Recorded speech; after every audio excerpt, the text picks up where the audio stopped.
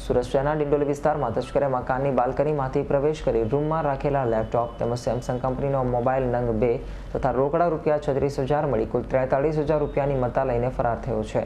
ચોરીની ઘટના જાણ્યા બાદ વિપુલ દિલીપભાઈ હીરે સીસીટીવી ફૂટેજ તપાસતા તસ્કરોના ચહેરા સાફ દેખાતા હતા. પરિણામે સીસીટીવી ફૂટેજના આધારે ડિંડોલી પોલીસે તસ્કરોને ઝડપી પાડવાની તજવીજ હાથ ધરી છે.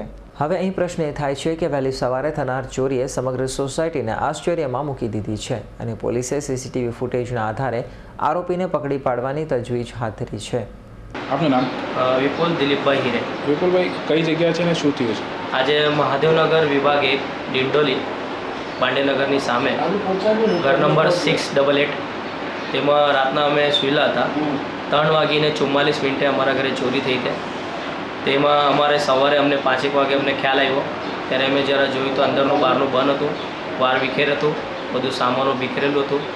તેમાં પછી અમારા ઘરે સીસીટીવી ફૂટેજ લાગેલા હતા. તે અમે કેમેરામાં જોઈને ચોરના શકલો અંદાજ આવીને ડિંડોલી પોલીસ સ્ટેશનમાં આપેલ. તેમાં અમારા ડિસ્ટાફના ઘણા મિત્રોએ અમને સાથ સહકાર આપ્યો અને એના કારણે અમને આજે ચોરનો સફળતા મળી છે. શું ચોરી થઈ? ચોરીમાં મોબાઈલ છે, લેપટોપ છે અને કેશ છે.